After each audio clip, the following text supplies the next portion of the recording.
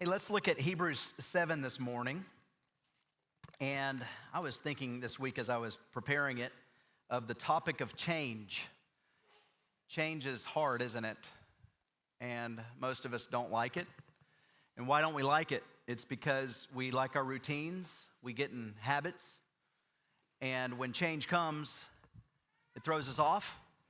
It's best to know when change is coming to be able to forecast it. It makes us feel a little bit better when it does happen because at least we prepared for it, but it's those things that we don't prepare for that are very difficult. And I remember growing up, we had a landline phone. For those of you much younger than me, you have no idea what I'm talking about and what I'm about to talk about. But back in the day, that makes me sound older, back in the day, we had these things called the landline home phones. And there was about two, maybe three. If you were lucky, you had three of these phones in your home. There was no cell phones. So I want you to imagine, if you're younger, a world without cell phones. Could you imagine living without cell phones? But a landline home phone, there are two or three in a home, and somebody would call you, and you would hear it and have to run to catch it before it went to voicemail, and you'd pick it up. And if it was for somebody in your home that wasn't for you, then you would have to say, "Please hold." And then if it were us, we would be downstairs most of the time. We would yell up to our parents, "Mom, Dad, the phone's for you." It would still take several seconds for them to get on the phone. But I distinctly remember, I'm the youngest of four kids. And I remember my oldest brother, he is 7.5 years older than me. He would have a girlfriend call him when he was in high school. And I'd be that younger brother. I just loved to pick on him. And I'd be able to, while he's on the phone talking to his girlfriend, I'd get on the other line and he would have no idea. And I'd hear what they were talking about, and then I'd rag him about it right after he got off the phone. And I would get beat up oftentimes by him for doing that. But just imagine that world. That was the world I grew up in with landline home phones. Some of you may have remembered the day of the dial-up phone where you had to do one number after another and it would just take forever. I remember even using a phone booth one time to call somebody. I had to put in a quarter and call my relative. I mean, this is old school, right? This is way back when we used to have these types of phones. And I don't know if you remember when they had the car cell phone, the Zach Morris Saved by the Bell cell phone that's like this big, and you'd talk, and it's like this big of a phone. Yeah, this was back in the day. But then all of a sudden, we entered a world that just changed our lives completely, the digital world. 20 years ago when we began to have AOL online, and you had the dial-up internet, and the next thing you know, you end up getting laptop computers and high-speed internet, Wi-Fi. Now you have cell phones, and almost anybody can talk to anyone, anywhere, at any time. It's remarkable to see just in the number of 20 years where we have come. And I oftentimes, yours truly and many others, particularly older than me, have had a harder time, and I've had a hard time adjusting to the new digital world.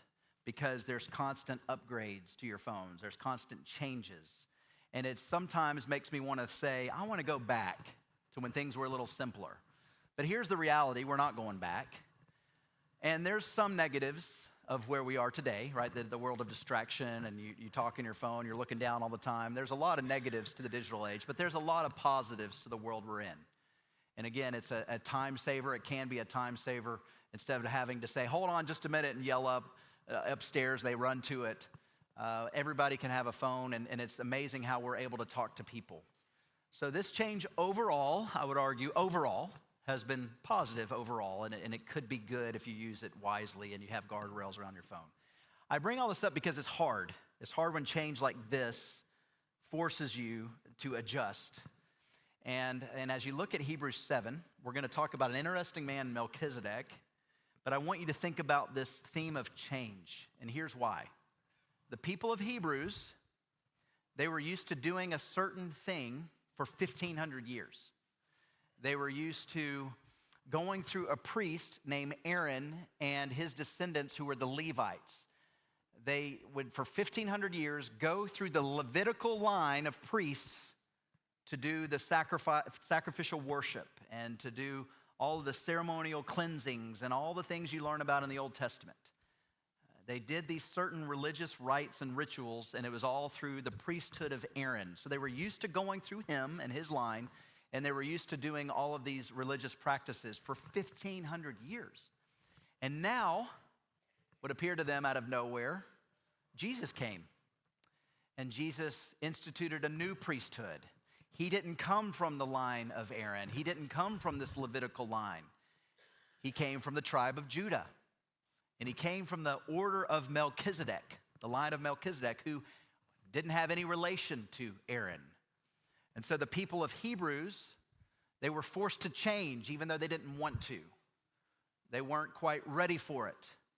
And as they made the change to follow Jesus, they didn't have to do all these religious rites and practices. They didn't have to go through Aaron and his line. They're now going through a new priest, Jesus. And they're now getting tempted by their family members and friends saying, I don't think this Jesus is who he says he is. I mean, he's not coming from the line of Aaron, so he really doesn't carry weight. So you need to go back to the old days. You need to go back to when things were more clear-cut, and you need to go back to the way that you were living.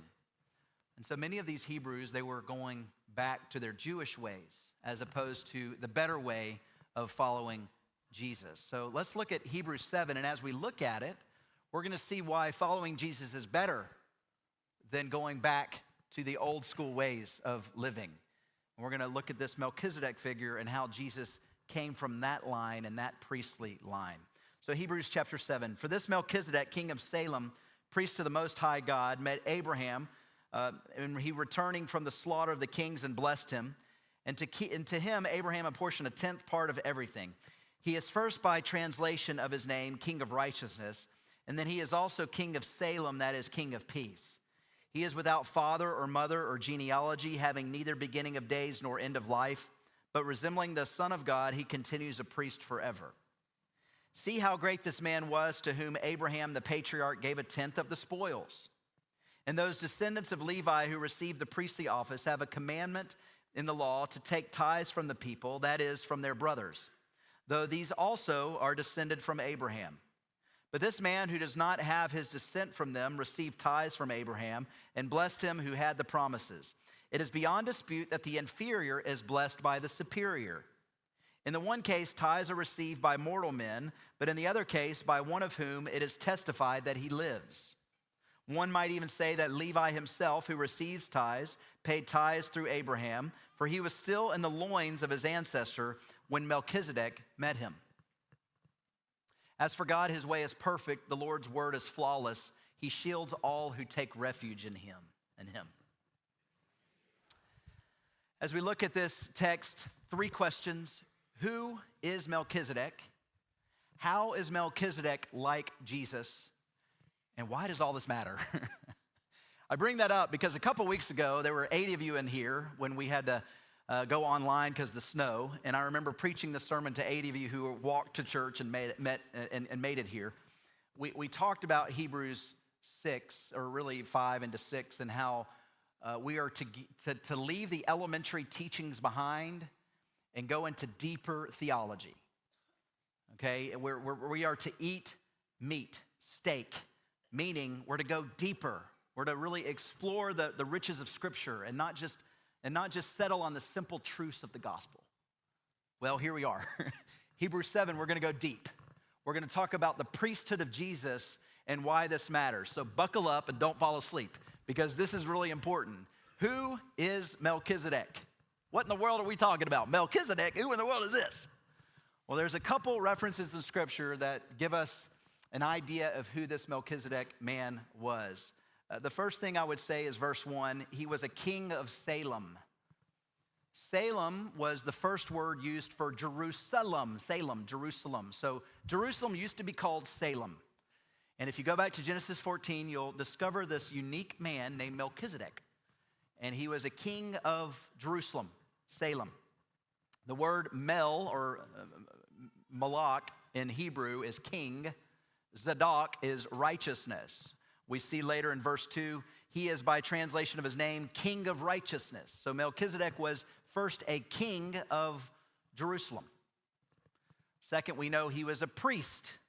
It goes on to say he is also king of Salem, that is the king of peace. Salem is where we get the word shalom, peace. So I would imagine he was ruling in Jerusalem in a time of peace, and he brought forth peace. As we're praying for peace in the Middle East right now, we're praying for peace. I would imagine that here's a godly man living in the days of Abraham who was not only a priest, but he was also a king. And oftentimes, a priest could not be a king, and a king could not be a priest in the Old Testament. But this man was both. That's why we talked earlier in the service about Jesus being our king and our priest. Here's a unique man in the Old Testament who played both roles. Lately, our family has been going through 1 Samuel in our family devotions. And we've been talking about Saul and how Saul was the first king of the United Monarchy. And there was a time when Saul tried to become a priest. He tried to do priestly functions. And he ended up getting in trouble for it because a king wasn't supposed to be a priest. And a priest wasn't supposed to be a king. But in this particular case, you had a man who was unique in his time. This was a time where you had the Canaanite gods that people followed. It was a horrible time. I mean, you think today is bad? Go back and read Genesis 14 to 18, and you'll read about Sodom and Gomorrah and how bad it was. But yet, in the midst of all of the evil taking place in the early days of Genesis, 14 through 18 of Abraham, you find this godly man named Melchizedek, who was a godly king, and he was a godly priest. He ruled with righteousness, and he ruled with peace, and that was his priority. And that gives me hope in our day, that even in the days of evil of Abraham, you had this tucked away godly man. Even in our day, we can have godly leaders. And God always has his people, even when you feel like you might be alone. So here's Melchizedek kind of coming out of nowhere. He's a king and he's a priest. We also know a couple things that he had more authority than Abraham. If you go back to Genesis 14, you'll read about a really cool story. And many times people skip over Genesis 14. I encourage you not to. Because Genesis 14, you have Abraham and his nephew Lot. And Lot was captured by 4 Canaanite kings, the enemy. And he and his family were held hostage. And Abraham gathers 318 men. And this is where you see where Abraham was a stud muffin. Okay, he was a stud. He was like a military general, and he gathers his 318 men, and they go and they basically clean house. They kill the enemy, and they rescue all of their people, Lot and their family, and they bring them back home safely. It's an amazing story. If you go back to Genesis 14, here's the words of what happened. After Abraham returned, and he got Lot and all the hostages back home from the defeat of Chedorlaomer, and the kings who were with him, the king of Sodom went out to meet him at the valley of Sheva, that is the king's valley. And Melchizedek, king of Salem, brought out bread and wine. He was priest of God Most High. And he blessed him, and he said, "Blessed be Abram by God Most High, possessor of heaven and earth. And blessed be God Most High, who has delivered your enemies into your hand." And Abram gave Melchizedek a tenth of everything. So just in these 5 to 7 verses here, you see a little bit of a glimpse of who this Melchizedek guy was. He was a king and priest from Jerusalem. And when Abraham got back after this battle and he rescued all these hostages, who shows up to bless Abraham but Melchizedek? And in our military world, whenever a general would come into a room, you have to stand at attention until he tells you at ease or as you were. I would imagine when Melchizedek came in the picture and you see Abraham there, I imagine Abraham standing at attention essentially. Because it says that Melchizedek had greater authority than Abraham. And that's a big deal because Abraham was the father, the patriarch, right? We always talk about Abraham. But yet here's this man, this king, priest, who kind of comes out of nowhere, and he's greater than Abraham. And he blesses Abraham. And then it says Abraham gave him a tenth of everything. I was reading Al Mohler's commentary this week, and Mohler said that Abraham's tithe is one of the most unexpected and most fascinating parts of the whole Old Testament. Because Abraham just came in, and he just took all the possessions from these Canaanite enemies that he destroyed, and he brought all his family back. He had a lot of money. And he gave a tenth of that money and those possessions to Melchizedek. Why do I tell you all this? Because what we know about Melchizedek is he had authority. He was greater than Abraham. We know that because Abraham gave him 10%. And in the Old Testament, the people of God were required to give 10% to the priests in the Levitical line. And that showed that the inferior essentially gave more to the superior, God's calling, God's people, as leaders. And right here, Abraham, who had authority, lessened himself to the greater authority, Melchizedek, by giving 10%. It's an amazing thing as you read about in Genesis 14. So we know that Melchizedek was a king. He was a priest. He was greater than Abraham because he blesses Abraham, and Abraham gave him a tithe. But here's verse 3. Verse 3 just makes you kind of scratch your head, and this is where I talk about you got to leave the elementary teachings behind, people. We're going to go deep here. Verse 3. He is without father or mother or genealogy, having neither beginning of days nor end of life, but resembling the Son of God, he continues a priest forever.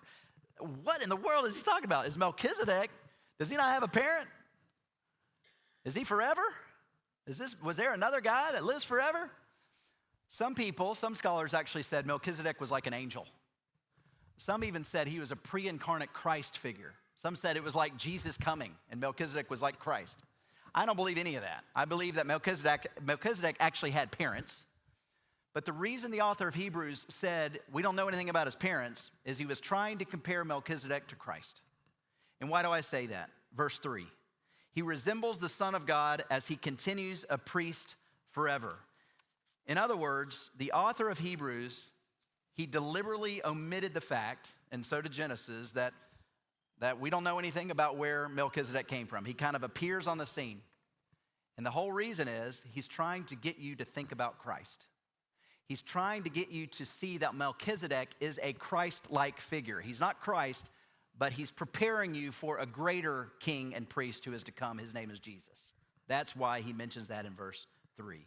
It was A.W. Pink who said the silence of the Old Testament scriptures concerning Melchizedek's parentage has a design significance.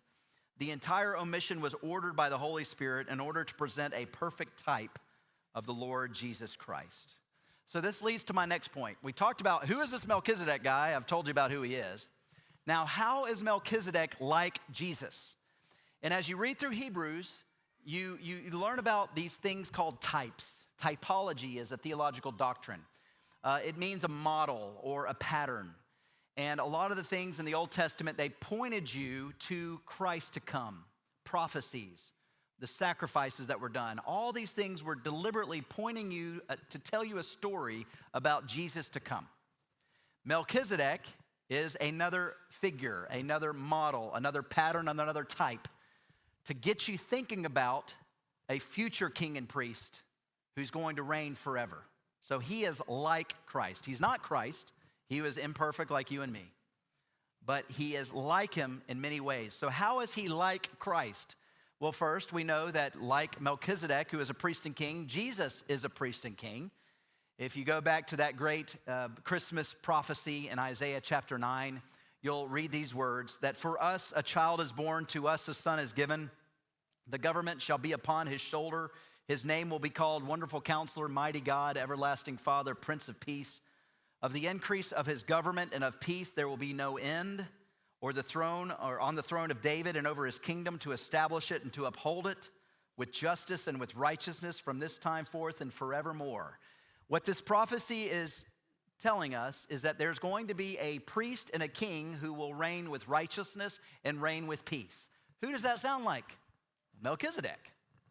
Here's a way that Melchizedek was like Christ, a king of righteousness, a king of peace, just as Jesus is. The second thing we notice that is a similarity between Melchizedek and Christ is that like Melchizedek having great authority over Abraham and over everybody else, Jesus has authority over everybody else. Matthew 28:18, Jesus told his disciples, all authority in heaven and on earth has been given to me. We know in Psalm 110 also a translation that gives us a picture of Melchizedek.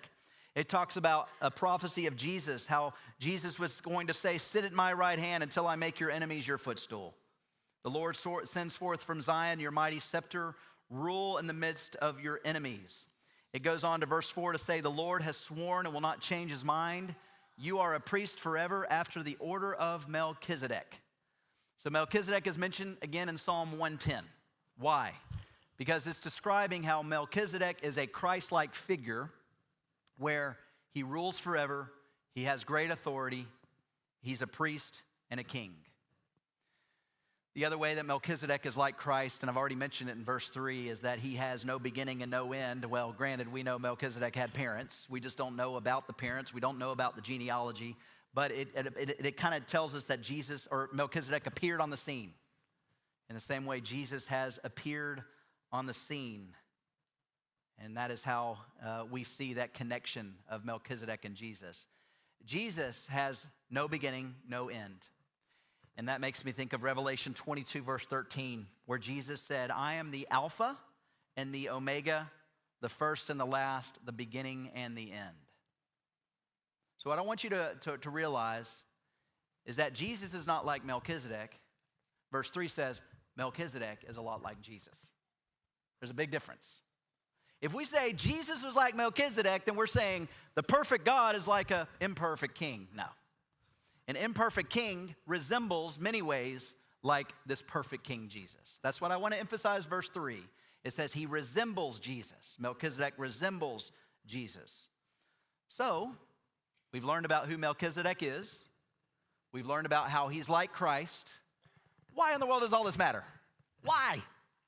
We're getting deep here. What's going on here? I'm going to leave here. What's for lunch?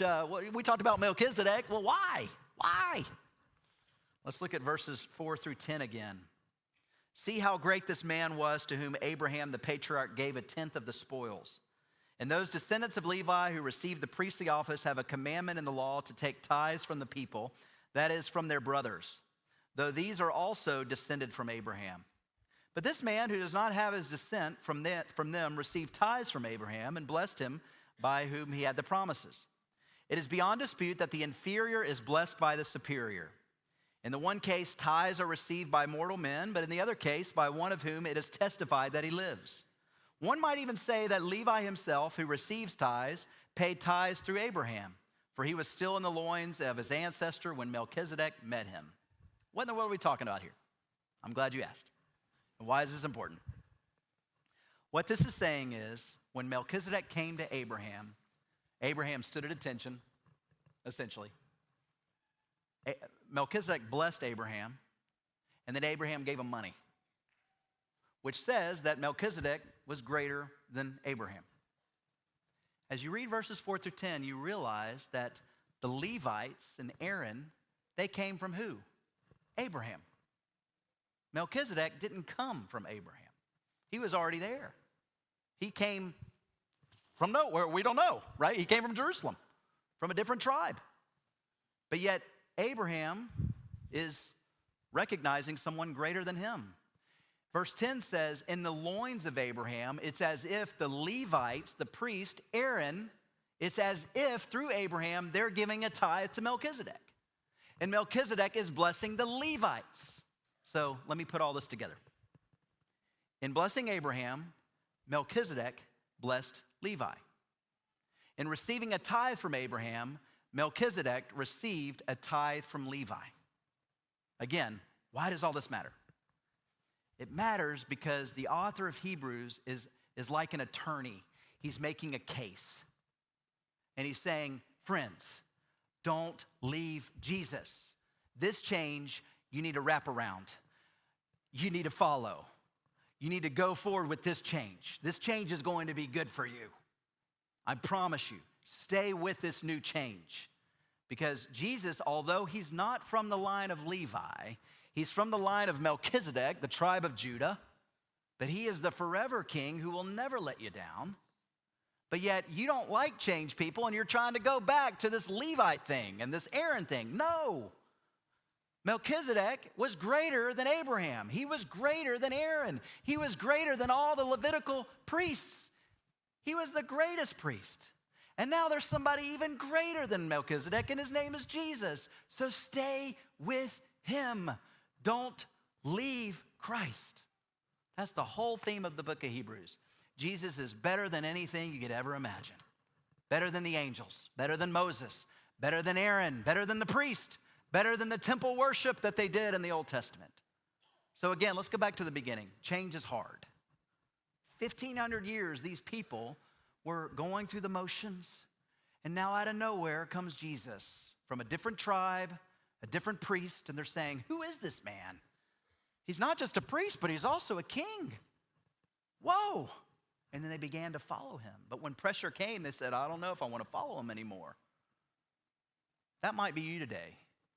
You might be saying, you know what, I've given my life to Christ, but I'm getting all this temptation from my friends and family, from my work, from my employer. I'm just feeling this temptation from the world for me to drift away and not hold on to Christ and just go back to my old selfish way of living and sinful way of living. If that's you, I'm making a case like the author of Hebrews did. Stay with Christ. Stay with Christ. Because if you go back to the old days, it ain't going to be good. It's only going to lead you down a path to nowhere good, but bad. Jesus is the answer. So why does all this matter? I'm telling you, Jesus provides stability. And I don't know about you, but as I'm watching the world just being shaken right now, and we've got a lot of sickness in our church, and we've got a war going on right now, we don't know what's going to happen, right? What I do know is going to happen is that Jesus never changes. I do know that this world is going to change. It's hard living in this world, but Jesus doesn't change. He's the same yesterday, today, and forever. So if you want to have meaning in your life, he's the answer. If you're looking to fill a void in your life, he's the answer. On Friday night, I took 12 guys. We went to a retreat center in Gatlinburg. We had an overnight. And these 12 men, or there's 14 of us, but 12 came. These 14 men I've been discipling every week. We get up at 5:30 in the morning. We meet at 6 a.m. We meet an hour and a half every week. We've been doing it for 6 months. We'll do it another year. But I do this every 2 years. I get a group of about 7 to 12 guys, and we meet. And we had a blast on Friday night. We had a blast. We were around the campfire. We sat around the campfire for about 6 hours. And just each guy got to share their struggles. We all prayed for each one of us.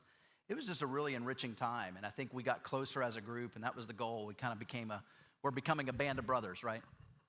And one of the guys, he was sharing his background and how Christ just changed his life of just living in sin, And he said, when Christ changed my life and when I started reading the Bible, he said, things just made sense. And he said, everything else just kind of came together. And the more I read Scripture, the more things kind of come together. That's what Jesus does. He helps bring things together. He helps bring things in order. And I don't know about you, but in a world of change that's uncertain, I want stability. I want security. And the only thing that will provide us that stability and security we need that kind of puts everything together is Jesus. He's it. So if you're here today and you need security, you need stability in your life, Jesus. If you're here today and you're looking to fill a void, Jesus. If you're here today and you've never really given your life to a cause greater than yourself, Jesus. He's it. He's it. Trust in him and you'll be fulfilled in this life and especially in the next.